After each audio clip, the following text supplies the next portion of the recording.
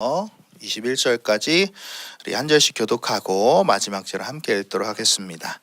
요셉이 그의 아버지 얼굴에 굽으려 울며 입 맞추고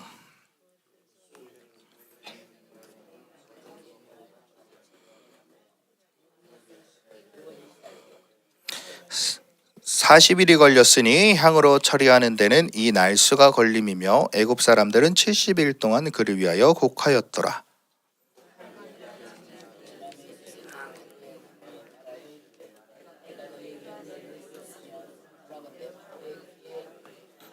우리 아버지가 나로 맹세하게 하여 이르되 내가 죽거든 가나안 땅에 내가 파놓은 묘실에 나를 장사하라 하였나니 나로 올라가서 아버지를 장사하게 하소서. 내가 다시 오리이다 하라 하였더니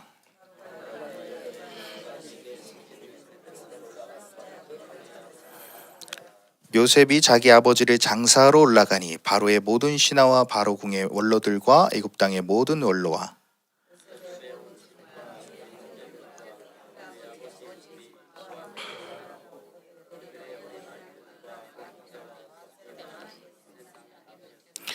병거와 기병이 요셉을 따라 올라가니 그때가 심히 컸더라.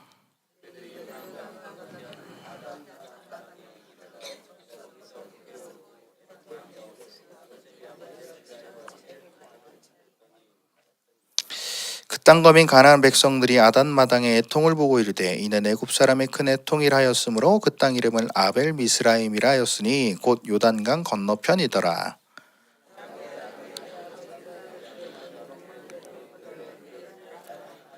그를 가나안 땅으로 메어다가 마므레 앞 막벨라 밭 굴에 장사하였으니 이는 아브라함이 헷 족 에브론에게 밭과 함께 사서 매장지를 삼은 곳이더라.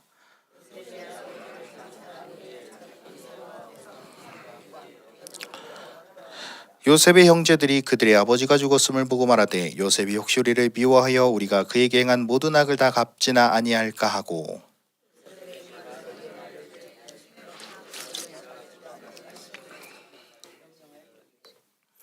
너희는 이같이 요셉에게 이르라. 내 형들이 내게 악을 행하였을지라도 이제 바라건대 그들의 허물과 죄를 용서하라 하셨나니 당신 아버지의 하나님의 종들인 우리 죄를 이제 용서하소서 하매 요셉이 그들이 그에게 하는 말을 들을 때 울었더라.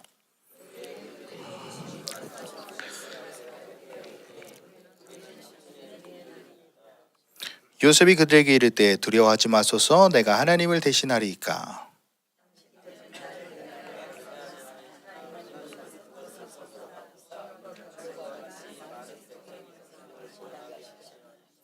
다 같이요. 당신들은 두려워하지 마소서. 내가 당신들과 당신들의 자녀를 기르리이다 하고 그들을 간곡한 말로 위로하였더라. 아멘. 할렐루야. 아멘. 오늘도 함께 예배드리는 여러분들을 주님의 이름 환영하고 축복합니다. 오늘 드디어 창세기의 마지막 50장 말씀입니다. 그래서 우리가 크게 세 가지 정도를 가지고 은혜를 나눌 텐데요. 첫 번째로 1절에서 14절을 보면 이제 야곱이 죽고 장사하는 모습이 나옵니다. 이제 장례를 치르는 모습이죠.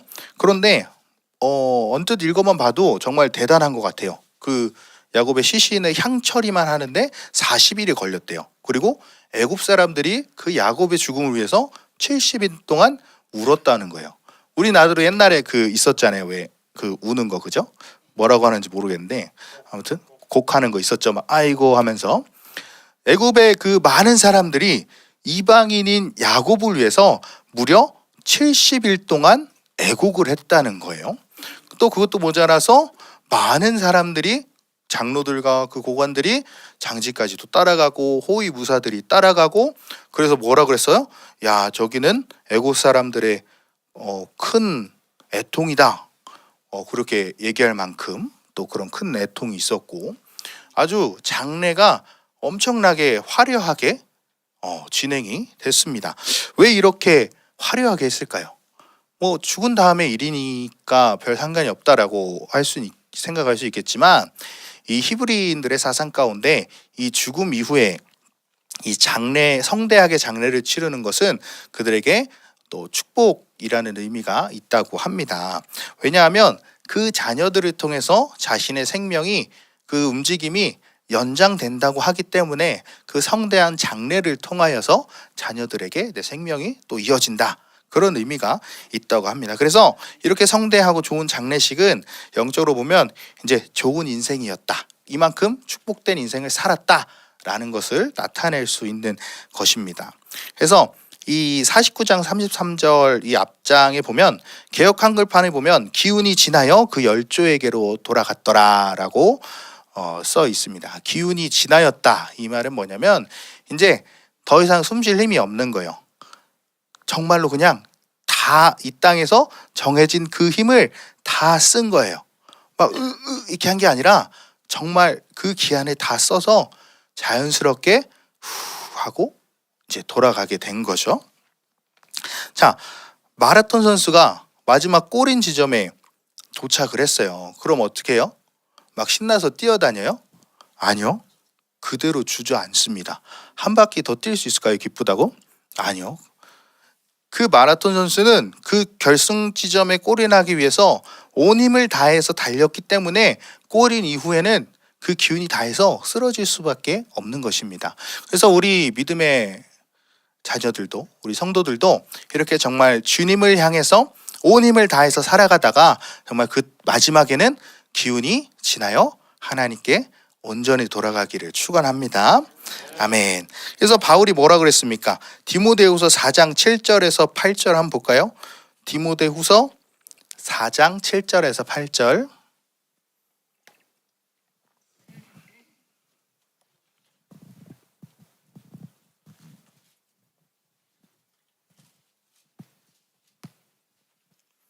자, 읽겠습니다.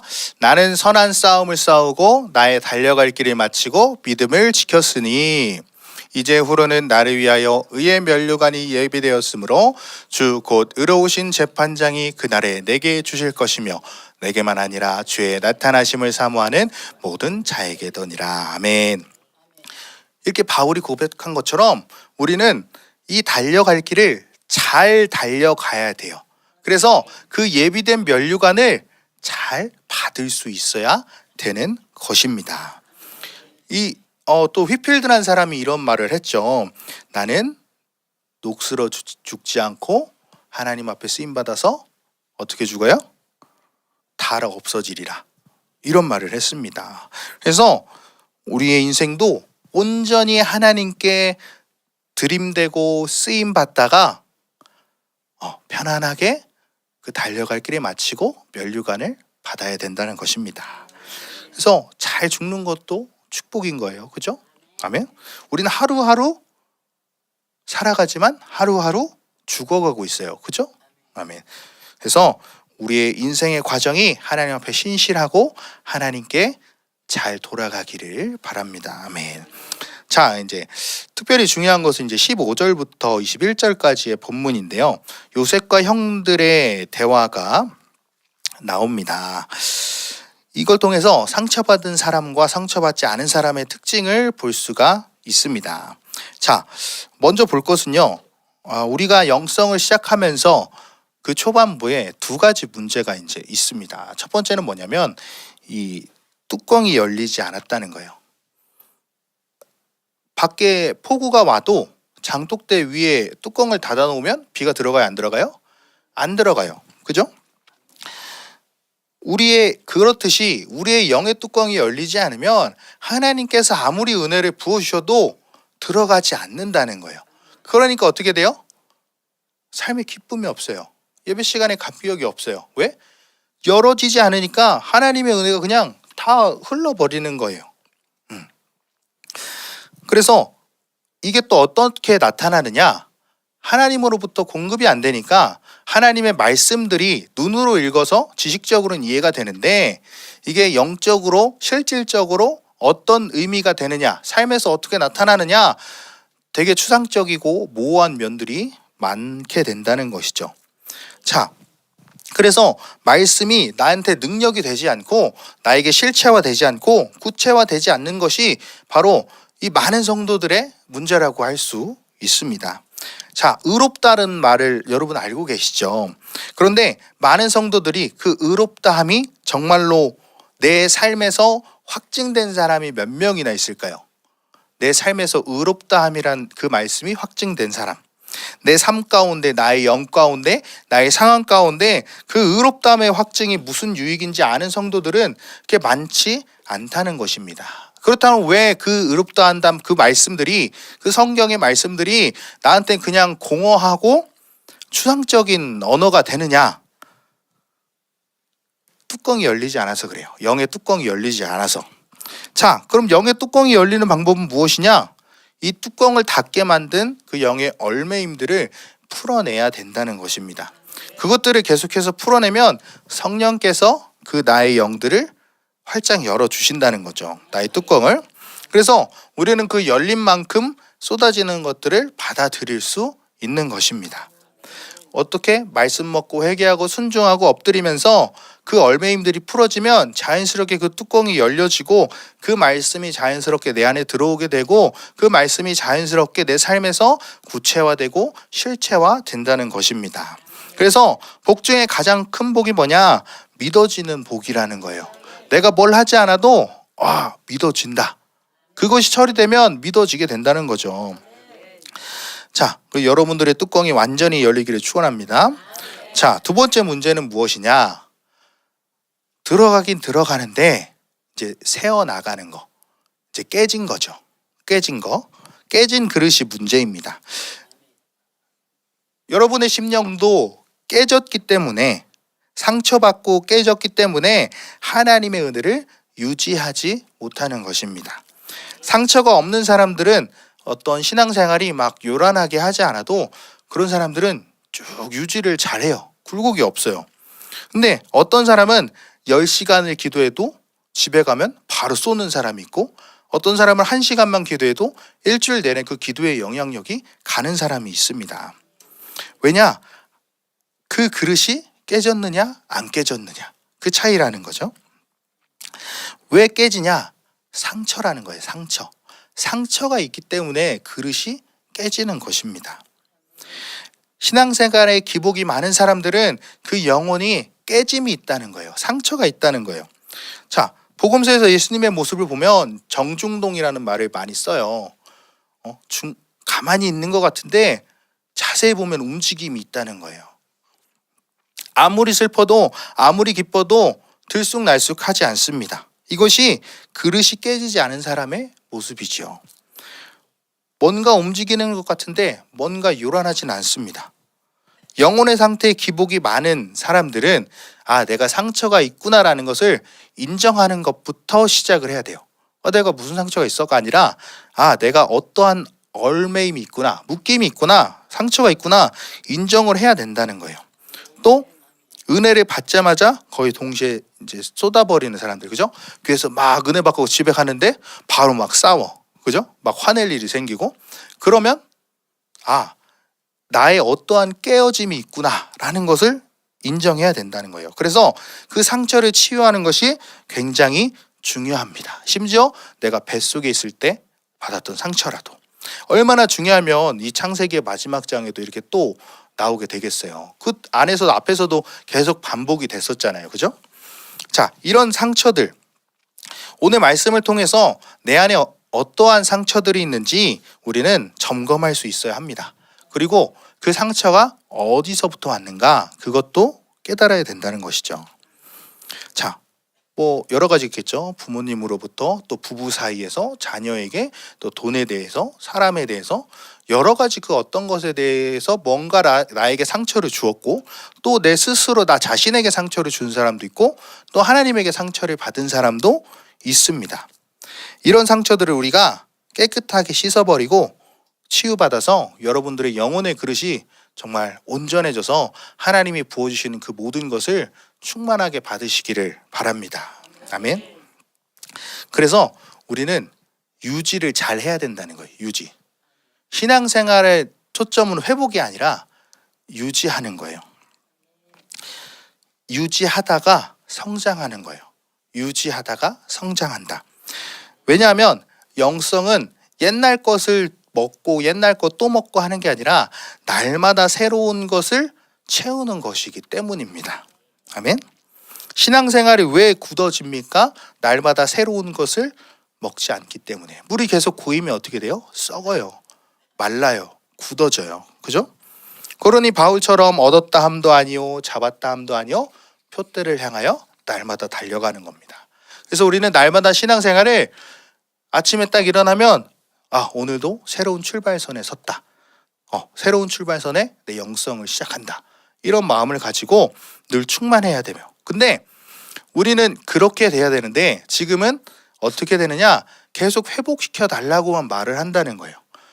회복이 나쁜 게 아니죠. 근데 회복시켜 달라고만 기도를 하면 그게 좋지 않은 기도라는 거예요. 왜 그러느냐? 맨날 내가 넘어진다는 얘기잖아요. 그죠? 물론 안 넘어질 수는 없겠지만 영성은 새로운 것을 채우는 원리라고 했습니다. 자, 회복시켜 달라는 것은 하나님, 내가 내 마음대로 살았습니다. 근데 이제 회복해 주세요. 회복시켜 주세요. 맨날 내 마음대로 살다가 박살난 다음에 회복시켜 주세요. 누구의 모습이요? 이스라엘 백성들의 모습이었잖아요. 그죠? 자, 이스라엘 백성들 바알 섬겼습니다. 그거 다 깨졌어요. 또 회개했어요. 근데 좀 있다가 또 다른 우상을 섬겼어요. 또 깨졌어요. 그래서 뭐라 그랬어요? 하나님이 영적 간음하지 말라 그랬어요. 그죠? 우리의 모습도 그렇다는 거예요. 우리는 계속해서 그 신앙을 유지하다가 새로운 관계로 올라서고 또 그 관계를 유지하다가 새로운 관계로 올라서야 한다는 것입니다. 그래서 그 사랑이 계속 섬세하고 구체적이어야 한다는 것입니다. 하나님과의 관계가 그렇게 되어야 한다는 것입니다. 왜 그게 안 되느냐? 이 영혼이, 심령이 깨졌기 때문에, 그 상처 때문에. 그래서 영혼이 깨졌다, 즉각적으로 치유해야 됩니다. 누군가한테 상처를 받았다, 그러면 즉각적으로 치유를 해야 되는 거예요. 방치하면 안 돼요. 여러분들이 죄를 지었으면 즉각적으로 하나님 앞에 회개를 하듯이 우리가 상처를 받으면 즉각적으로 토설하고 하나님께 치유를 받아야 된다는 거예요. 유리가 깨졌어요. 그냥 냅두면 어떻게 돼요? 점점 더 금이 가요. 그죠? 우리 마음도 심령도 마찬가지예요. 상처를 두면 상처가 계속 누적되고 계속 커지게 되는 겁니다. 그래서 즉각적으로 치유해야 돼야 합니다. 아멘. 자, 그래서 상처받은 사람의 특징을 이제 볼 텐데 16절의 말씀 한번 볼게요. 오늘 본문의 16절의 말씀.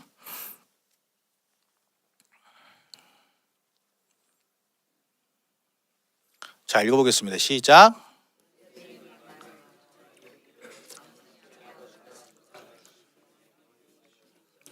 자, 이 말씀을 보면 이제 형들이 요셉에게 말을 하는데 어떻게 얘기해요? 당신의 아버지가 돌아가시기 전에, 잠깐만요. 당신의 아버지래요. 요셉에게.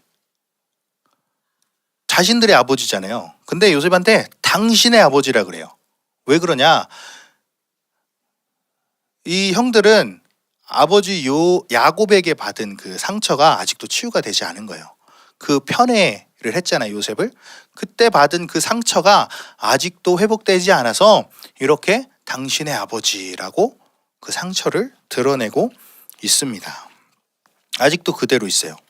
그래서 믿는 사람들은 어떤 경우라도 치유받아야 합니다.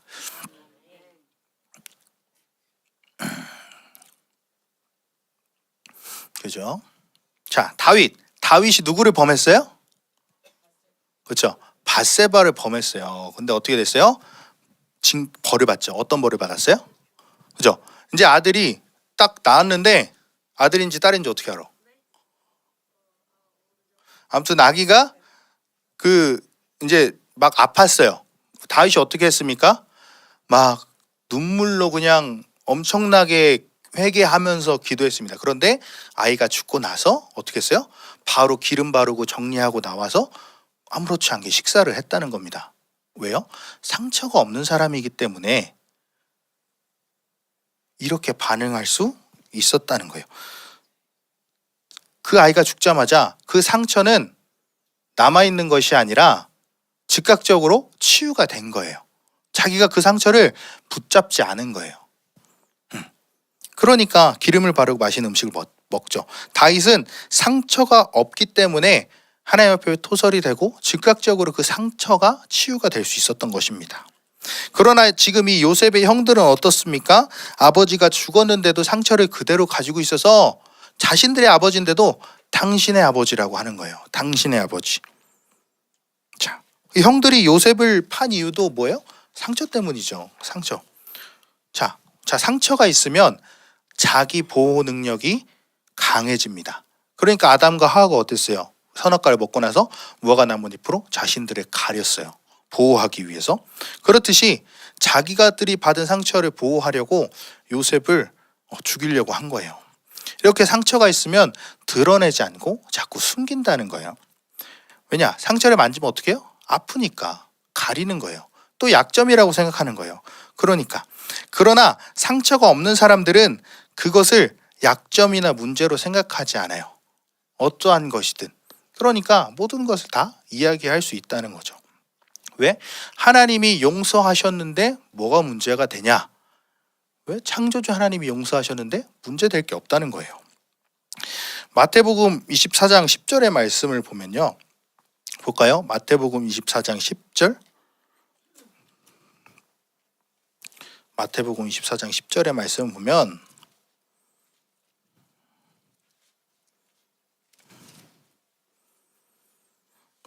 그때 많은 사람이 실족하게 되어 서로 잡아주고 서로 미워하겠으며. 자, 읽어볼까요? 시작.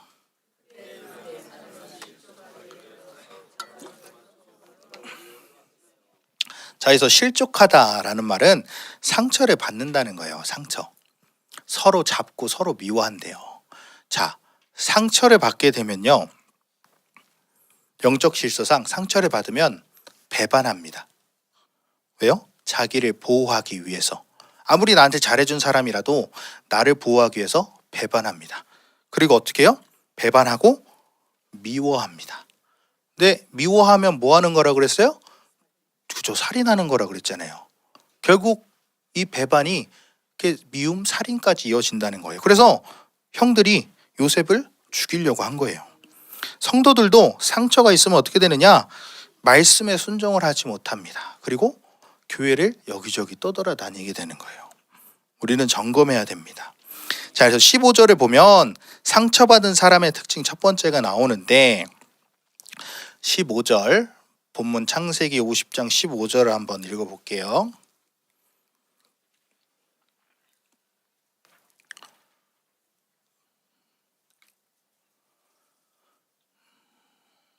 창세기 50장 15절 읽겠습니다. 시작.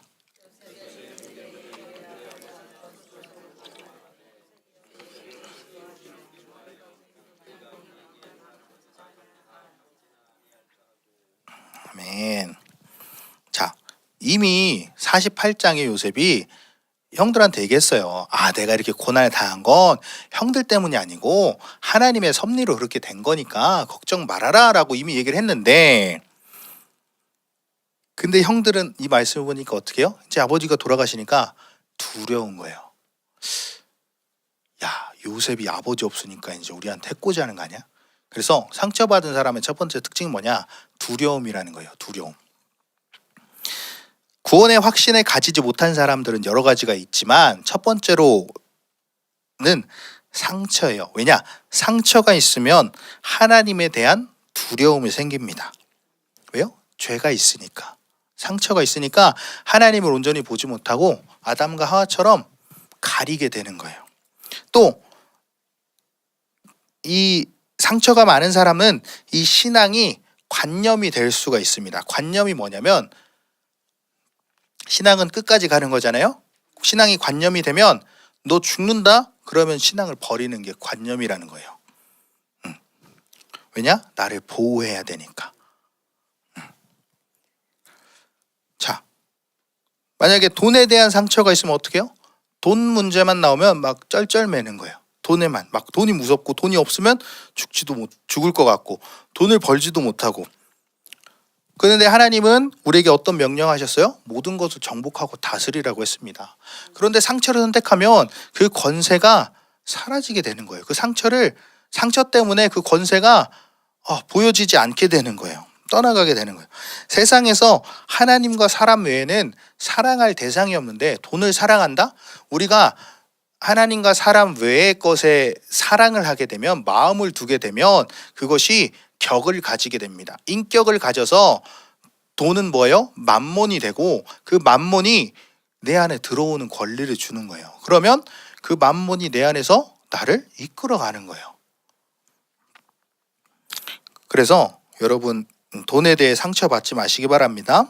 우리에겐 돈을 정복하고 다스릴 권세가 있습니다. 아멘? 아멘.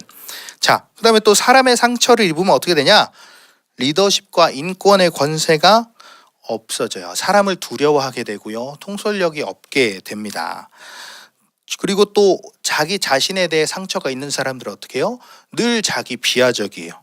낙심절망하고 패배감이 충만합니다. 난 안 돼. 난 못하겠지. 내가 어떻게 해. 이런 자기에 대한 상처는 결국엔 하나님에 대한 상처예요. 하나님에 대한 신뢰가 없으니까. 그런 사람들은 하나님에 대한 사랑을 받아들이기가 어렵습니다.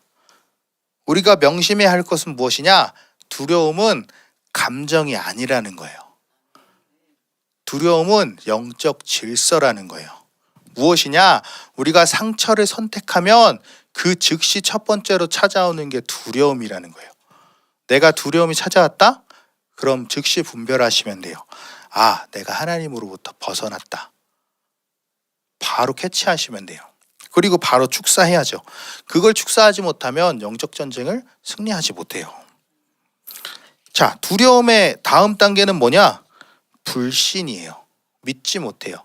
그러면 하나님의 말씀을 순종하고 산다는 게 그 사람들한텐 불가능한 일이 돼버려요. 또 불신의 역사가 있으면 어떻게 돼요? 당연히 신앙의 성장은 없게 되는 거죠. 또 믿음의 역사에 대해서 담대하지 못한 사람들, 믿음으로 선포하지 못하는 사람들, 그런 분들도 이제 두려움이 있다는 거예요. 똑바로 앉아라. 자, 예배 드리면 죽인다고 초대교회 성도들한테 그랬잖아요. 막 뒤에서 칼을 이렇게 양쪽에다 길게 해놔가지고 막 썰고 그런 기록이 있다고 해요. 그랬는데도 어떻게 해요? 야, 너 예배 드리면 죽인다. 근데 결정이 우린 죽겠다. 이게 초대교회의 결정이었습니다. 교회는, 성도는 이렇게 담대한 것입니다. 아멘. 그게 정상이에요. 에베소 교회도 어떻습니까? 그 당시에 전 세계를 강타했던 아데미라는 우상, 교회에 도전합니다. 어떻게 했어요? 이 지구상에서 지금까지도 그 흔적 하나 발견하지 못했습니다. 주님의 영광을 보여주셔서 하니까 그 아데미 모든 전 세계에 있는 신상과 우상과 그 모든 것들이 완전히 사라졌어요. 제가 혹시 몰라서 검색을 해봤어요. 근데 단 한 점도 발굴된 게 없대요. 아데미에 관해서. 이렇게 교회는, 성도는 이렇게 담대하다는 것입니다. 아멘. 자, 우리가 교회에서 무엇을 하자고 했을 때, 하나님의 말씀이 떨어졌을 때 뭔가 생각이 많고 내 상황과 처지를 따지고 내 이성과 합리성을 따라서 이런 경우는 될 것 같기도 하고 안 될 것 같기도 하고 막 그렇게 따진다. 그거는 벌써 이제 두려움이 임한 거예요. 두려움이 있으면 어떻게 된다 그랬어요? 불신앙이 있게 되고, 불신앙이 있으면 하나님의 의를 이룰 수가 없는 것입니다. 하나님의 의를 이루지 못하면 신앙의 성장이 없게 되는 것입니다. 우리의 믿음은요, 내 판단으로 사는 게 아니라 이른 비와 늦은 비로 사는 것이기 때문에, 내가 뭐가 있어서 되는 것이 아니라 이른 비와 늦은 비가 있기 때문에 믿음의 선포가 있고 담대한 것입니다. 비 내려주실 거야. 오늘 안 온다고? 오늘 땅이 쩍쩍 갈라져도 내일 비가 올 거라는 이 믿음이 있기 때문에 우리 성도들은 담대하게 살아갈 수 있다는 것입니다. 그래서 우리는 이런 말씀들이 교회에서 선포되면 담대하게 우리는 살아갈 수 있어야 되는 것입니다. 그런 성도들에게 하나님은 축복하시는 것이죠. 또 이 의심 많은 사람들 있잖아요. 이것도 두려움과 같이 상처에서 오는 거예요. 이 말씀이 진짜일까? 아닐까? 전에 청년들이, 그런 청년이 있었어요. 거기 청년들은 다 공부를 잘했는데 어떤 청년이 말씀을 하면 항상 고개를 이러고 있어요. 대화를 해봐도 이게 진짜 그런 걸까요? 막 맨 이러고 있어요. 그래서 속으로 공부만 잘하면 뭐하냐. 그런 생각을 했는데 그것도 상처에서 온다는 거예요. 온전히 말씀에 의심을 하는 사람들. 사람을 잘 믿지 않는 것도 상처에서 온다는 거예요. 우리는 모든 사람을 사랑해야 됩니다. 아멘. 그러니까 사람을 믿지 않고 적대시하는 사람들, 경계가 많은 사람들, 그것도 상처에서 온 거라는 거죠. 자, 의심 많고 늘 따져보고 두들겨보기 잘하는 사람들, 꼼꼼한 거 말고, 그죠? 막 집요하게 따져보는 사람들도 상처에서 온다는 거예요. 왜? 자기는 당하는 게 싫기 때문에, 상처를 건드리는 게 싫기 때문에. 믿는 사람들은 그냥 다 믿어도 손해를 안 봐요. 왜? 하나님이 막아주시니까. 그런데 하나님이 막아주셔야지 내가 의심하고 따져보고 하면 그것은 이미 상처로부터 비롯됐다는 것입니다. 우리는 사람들이 다가가기 쉬운 사람이 되어야 합니다. 자, 두 번째로 이제 17절입니다. 17절 읽겠습니다. 시작.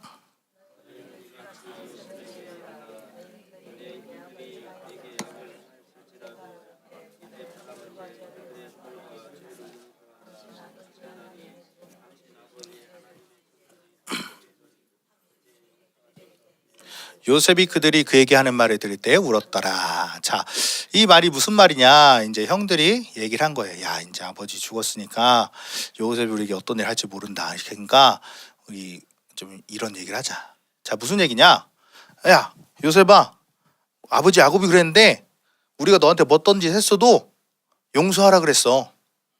근데 한 적 있어요? 없어요. 거짓말하는 거예요. 상처의 두 번째 특징은 뭐냐? 거짓됨이라는 거예요. 거짓됨. 아까도 말했지만 상처받는 사람은 자기 방어 본능이 굉장히 세요. 왜냐? 상처를 만지면 아프기 때문에. 용기가 무릎이 까져서 왔어요. 그럼 가만히 만지게 냅둬요? 만지려고 하면 도망가지. 그죠? 거짓됨이라는 것은 그 상처를 싸매기 위해서 어떤 수단과 방법도 가리지 않는다는 것입니다. 그래서 상처받은 사람들은 거짓말도 잘하고 또 뻥도 많이 쳐요. 그죠? 과장시키고. 근데 아프지 않으면 보여주지 못할 게 없어요. 다 보여주게 되어 있죠. 아멘? 약점이라는 것이 없습니다. 자, 우리가 그 보혈의 능력으로 죄사함을 받고 그 긍휼하심을 우리가 받으면 맞아, 나 죄인이야. 근데 주님께서 용서해 주셨어 하고 나아갈 수 있는 거예요. 그리고 야고보서에서 뭐라 그래요? 교회 공동체의 은혜가 넘치면 서로 죄를 고하라 그래요. 서로가 서로 자기 죄를 얘기할 수 있는 거예요. 왜?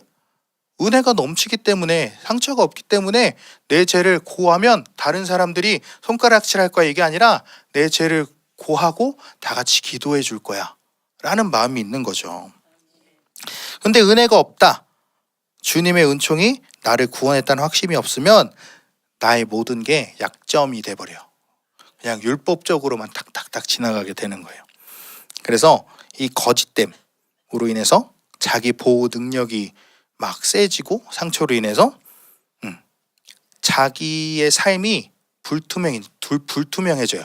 왜냐? 거짓말하니까 명확하지 않습니다. 그래서 이 17절에 봐봐요. 엄청 길게 말하잖아요. 이 하라고 했으니 이렇게 해라. 하라 하셨나니 용서해라. 명쾌하지 않고 불투명합니다. 왜? 근거도 없이. 상처 없는 사람은 말이 직설적이고 간단합니다. 그런데 상처가 있으면 어떻게 돼요? 말이 길어져요. 거짓말하는 사람 어떻게 해요? 말이 점점점 더 길어져요. 그죠? 그래서 우리는 예수님 안에서 단순하게 살아야 된다고 합니다. 이게 뭐냐? 예수님 안에서 우리의 모든 복잡성이 다 잘려나간 상태. 내가 내 안에, 내가 내 안에. 늘 예수님 안에 거하는 상태, 예수님만 바라보는 상태. 그러니까 단순하게 살 수밖에 없는 거예요. 늘 생각이 예수님께 있으니까 내 생각이 예수님 생각이고 예수님 생각이 내 생각이 되는 것입니다. 단순하다는 건 예수 그리스도 안에서 모든 것이 통합돼 버린 것입니다. 만약에 우리의 삶이 불투명하고 뭔가 말을 제대로 하지 못하고 무언가 감추려고 하고 거짓말하고 뻥을 하고 그냥 말해도 되는데 돌려 말하는 사람, 이 거짓됨, 이것은 상처의 특징이라는 것입니다. 그래서 내가 무엇을 드러내는 걸 두려워한다, 그러면 내 안에 그런 상처가 있다는 것이죠. 자, 세 번째는요. 18절입니다. 18절. 읽겠습니다. 시작.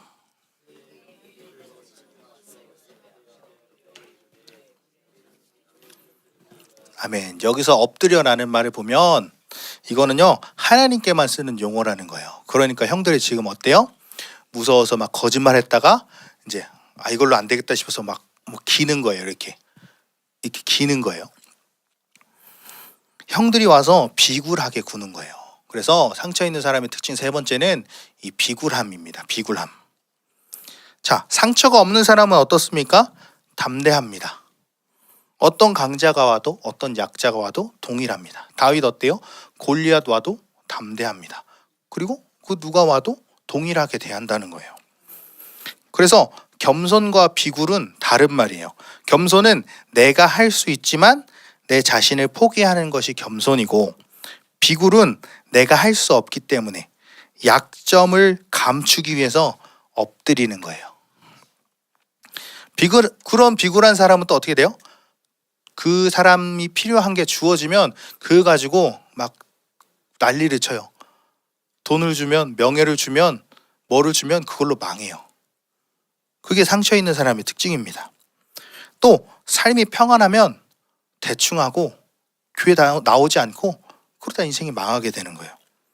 그러나 겸손한 사람은요, 그것으로 망하지 않아요. 왜냐? 본질적으로 겸손은 예수 그리스도 앞에서 사는 인생이고, 그것을 인정하고 예수 그리스도를 통해서 나는 무엇이든지 할 수 있다라는 것을 믿기 때문입니다. 아멘. 그래서 겸손은 내가 마실 물이지만 더 목마른 자를 위해 내줄 수 있다는 거예요. 상처가 있는 사람은 어떻게든 내 상처를 보호하려고 엎드리게 되어 있다는 것입니다. 그 사람한테서, 그 상황에서 살아나기 위해서. 이것이 상처받은 사람의 특징입니다. 자, 이제 상처받지 않은 사람의 특징을 볼 텐데, 우리가 창세기 37장부터 이제 요셉을 봤지만, 요셉은 비전과 믿음의 사람이었어요. 그죠? 또한 외면적으로는 비전과 믿음의 사람이었지만 내면적으로는 용서와 사랑의 사람이었습니다. 그래서 그 믿음과 비전이 어떻게 수행될 수 있느냐? 용서와 사랑에 의해서 실행될 수 있다는 것입니다. 그래서 베드로후서에 보면 형제 우애에 사랑을 더하라 라고 나옵니다. 우리 교회 안에는 이렇게 사랑이 비추어져야 합니다. 우리가 사람들을 이끌어가는 그 비전과 믿음은 사랑과 용서가 있을 때 된다는 것입니다. 그냥 왜 안 되냐고 막 그렇게 하지 말고 사랑과 용서가 있어야 된다는 거죠. 자, 우리가 왜 상처를 입고 그 불화살이 우리 가슴에 꽂히느냐? 우리의 심령이 딱딱하기 때문에 그래요. 우리의 심령이 물된 동산과 같이 부드러우면 화살이 꽂히지 않아요. 그냥 쑥 지나가요. 자, 벽에다 화살을 쏘면 꽂히죠? 근데 물 흐르는 데다 쏘면 어떻게 돼요? 그 물을 그냥 통과하는 것입니다. 창세기 동안 요셉은 단 한 번도 상처를 받지 않습니다. 어떤 여건과 고난이 있었어도, 이해되지 않는 것이 있었어도 하나님께 상처받지 않았습니다. 불평불만이 없었어요. 우리가 이런 심령이 돼야 돼요.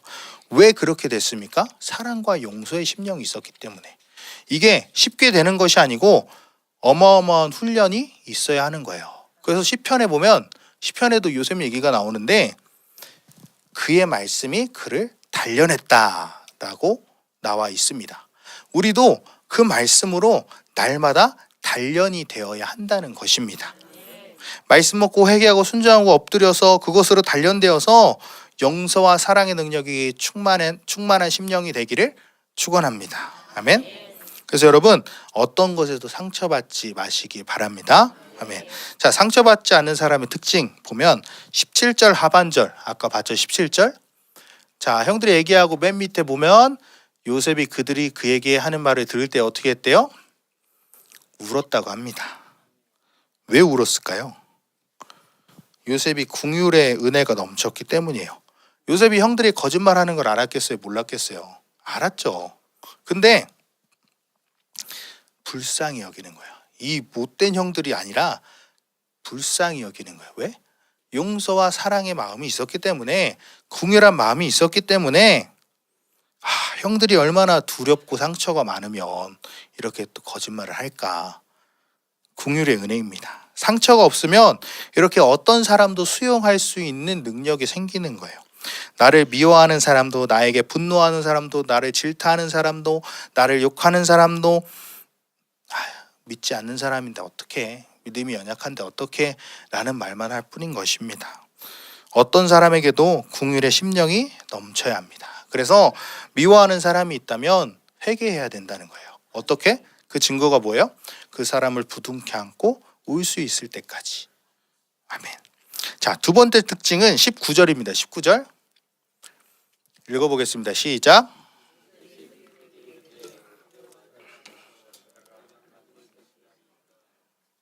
아멘. 자, 이제 요셉이 얘기합니다. 형님들 두려워하지 마세요. 내가 어떻게 하나님을 대신하겠습니까? 무슨 말이냐?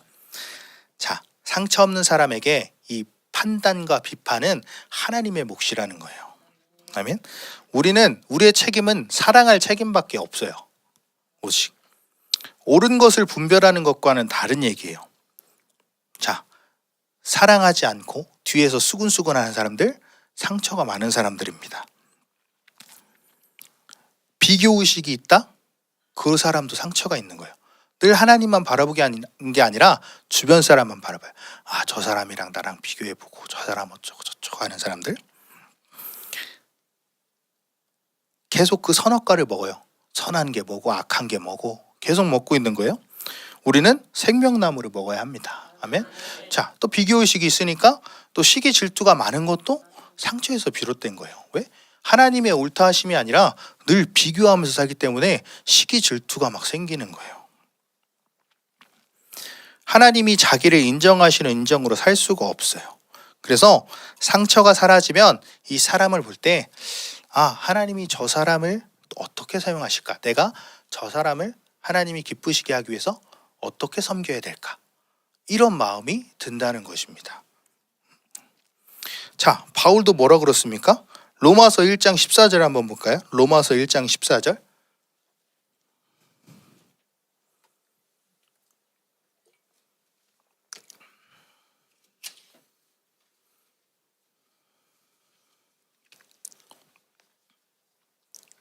(1장 14절이요) 로마서 1장 14절.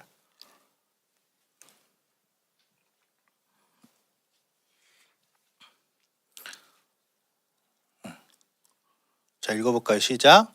헬라인이나 야만인이나 지혜 있는 자나 어리석은 자에게 다 내가 빚진 자라. 그 다음 절이요.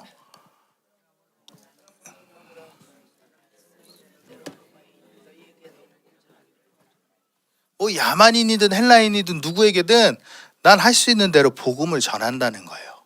왜? 하나님이 기쁘게 하기 위해서. 어떤 존재에게 더 기쁨의 존재가 되려는 것이 상처 없는 사람의 특징이라는 거예요. 내가 잘 돼야지가 아니라 저 사람도 함께 이 믿음으로 가고 싶다. 저 사람도 하나님의 기쁨을 맛보게 하고 싶다. 이렇게 바라보게 된다는 것이죠. 자, 세 번째 상처 없는 사람의 특징, 본문 50장 20절 말씀입니다.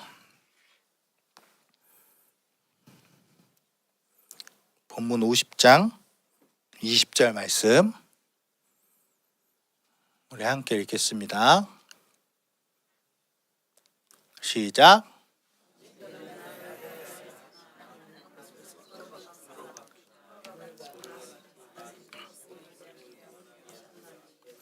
아멘.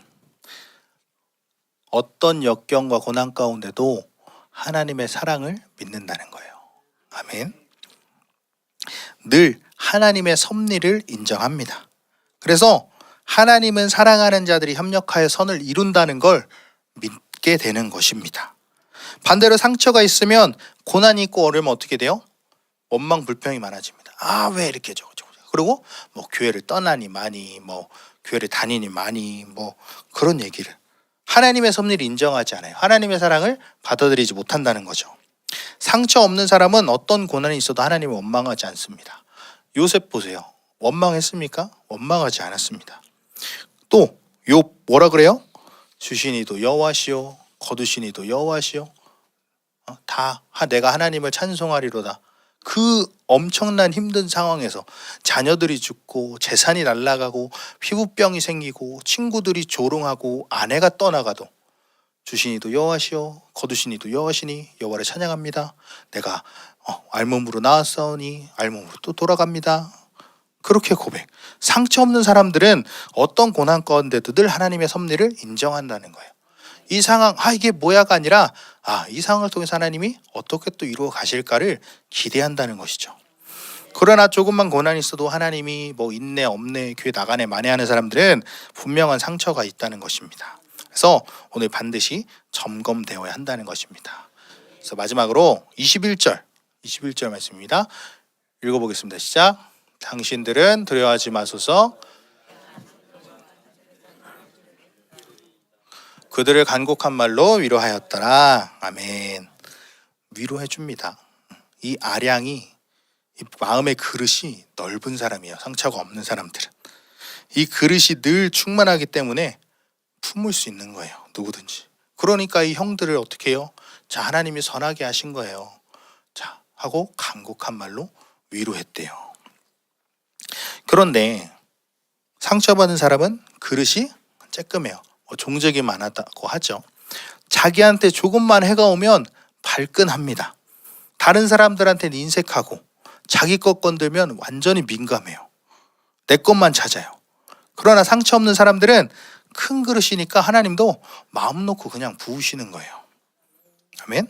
자, 말씀 정리합니다. 여러분 안에 어떠한 두려움이 있는지 점검하시기를 바랍니다. 성령을 통해서 그 두려움이 어디서 왔는지, 내 마음은 지금 어떠한 색인지 한번 봐야 합니다. 그 다음은 이 거짓됨, 자기를 포장하려는 역사가 많은 사람. 그 다음은 이 비굴함.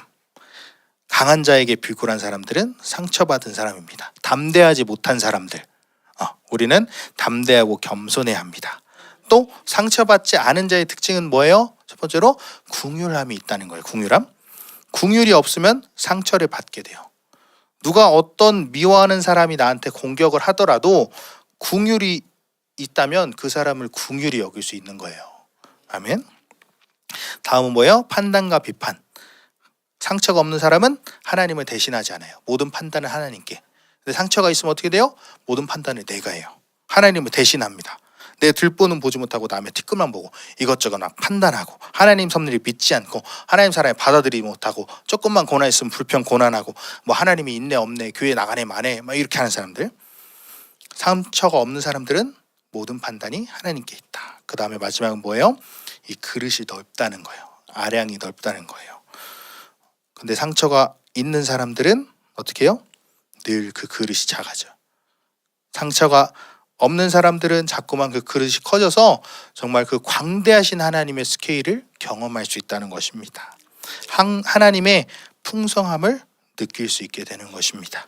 그래서 인색한 것은 상처라는 거예요. 오늘 이 특징들을 보고 여러분들 안에 상처를 발견하시고 여러분들이 기도하심을 통해 그것들 또 토설하시고 그 토설을 할 때 그 내 안에 있는 그런 악의 에너지, 분노의 에너지를 완전히 빼버리고 여러분 안에 그 이해와 용서와 회개의 역사가 일어나고 또 그것에 대해서 영분별이 되고 하나님의 기름 부으심으로 충만해지고 여러분들의 그릇이 완전히 넓어지고 이렇게 궁일해지고 하나님께 모든 판단을 맡기는 이러한 사람이 되어서 하나님의 역사가 풍성하게 충만하게 임하는 우리 반석교회 모든 성도님들이 되기를 주님의 이름으로 축원합니다. 아멘. 우리 찬양 하나 하겠습니다. 우리 주님과 같이 83쪽에 있습니다. 주님과 같이 우리 찬양하도록 하겠습니다.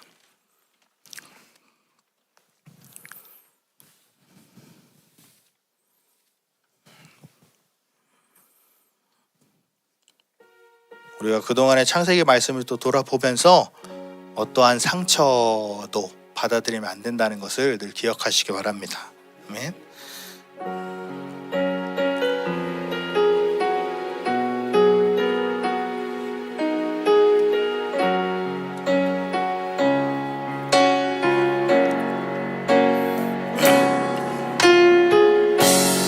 주님과 같이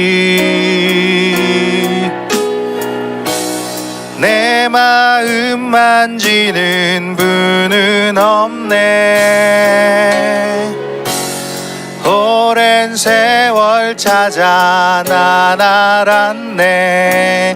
내겐 주밖에 없네. 주님과 같이, 주님과 같이 내 마음 만지는 분은 없네. 오랜 세월 찾아 난 알았네. 내겐 주밖에 없네. 주잡이 강같이 흐르고 주 손길 치료하네. 고통받는 자녀 품으시니 주밖에 없네. 주잡이 강같이 흐르고 주잡이 강같이 흐르고 주 손길 치료하네.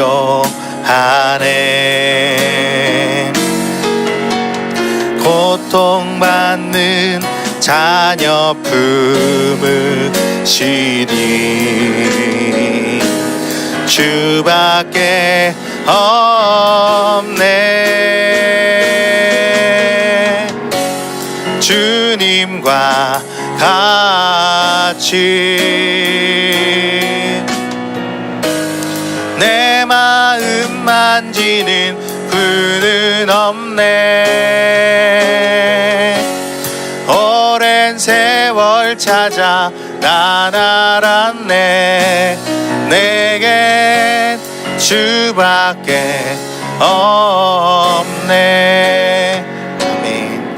이 찬양을 부르면서 참 야곱의 고백이 아닐까 생각을 해요.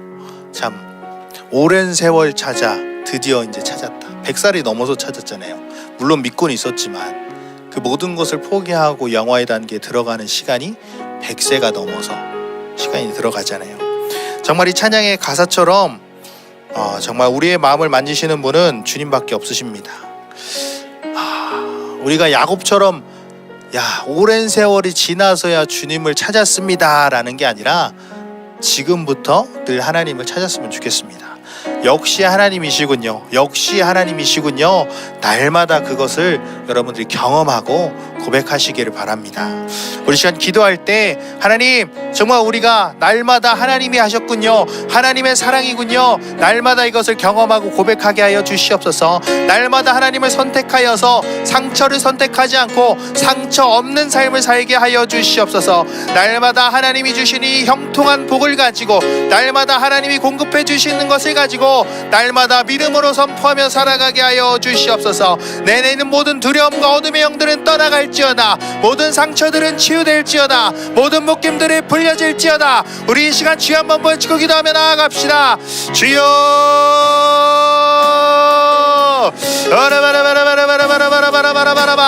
하나님 내 안에 어떠한 두려움이 있습니까? 하나님 그 모든 두려움의 영이 떠나가게 하여 주시옵소서.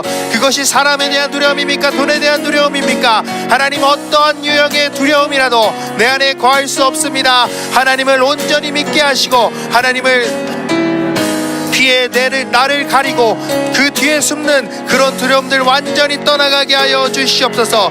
날마다 하나님만을 의지하게 하시고 날마다 하나님 앞에 나아가는 자들 되게 하여 주시옵소서. 하나님 나에게 거짓된 모습이 없는지 살펴봅니다. 하나님 거짓됨으로 나를 포장하는 모습이 없는지 살펴봅니다. 그런 모습이 있다면 하나님 앞에 진실하게 하시고 하나님 앞에 모든 것을 드러내게 하여 주시옵소서. 하나님 내 안에 비굴한 모습이 있는지를 살펴봅니다. 내 상처를 가리기 위해서 날마다 하나님이 아닌 다른 것에 엎드리는 모습들이 있다면 하나님 이 시간 회개하게 하여 주시고 오로지 하나님 앞에만 엎드리는 자 되게 하여 주시옵소서. 하나님 날마다 정말로 이 상처를 점검하며 날마다 그 상처를 치유하며 나아가게 하여 주시옵소서. 하나님, 모든 판단은 하나님께 있습니다. 내가 판단으로 살아가는 것이 아니라 하나님을 맡기며 하나님의 판단을 존중하며 하나님의 뜻대로 살아가는 자들 되게 하여 주시옵소서. 우리가 어떤 자도 품을 수 있는 공일한 마음을 허락하여 주시고, 내가 미워하고 내가 정말 싫어하는 자들이 있다면 하나님 용서하게 하여 주시옵소서. 그를 부둥켜 안고 올 수 있는 하나님의 은혜와 용서의 은총이 충만하게 하여 주시옵소서. 하나님, 날마다 우리의 그릇이 커지기를 원합니다. 날마다 광대하신 하나님의 스케일을 경험하기를 원합니다. 하나님, 우리 가운데 인색한 것들 완전히 버리게 하시고 조그마한 상처들까지도 완전히 제거하여 주시옵소서. 우리 안에 정말 사랑과 용서가 충만하게 하시고 비전과 믿음이 충만한 자들 되게 하여 주시옵소서. 아버지, 여라바라바라바라바라바라바라바라바라바 더라바라바라바라바라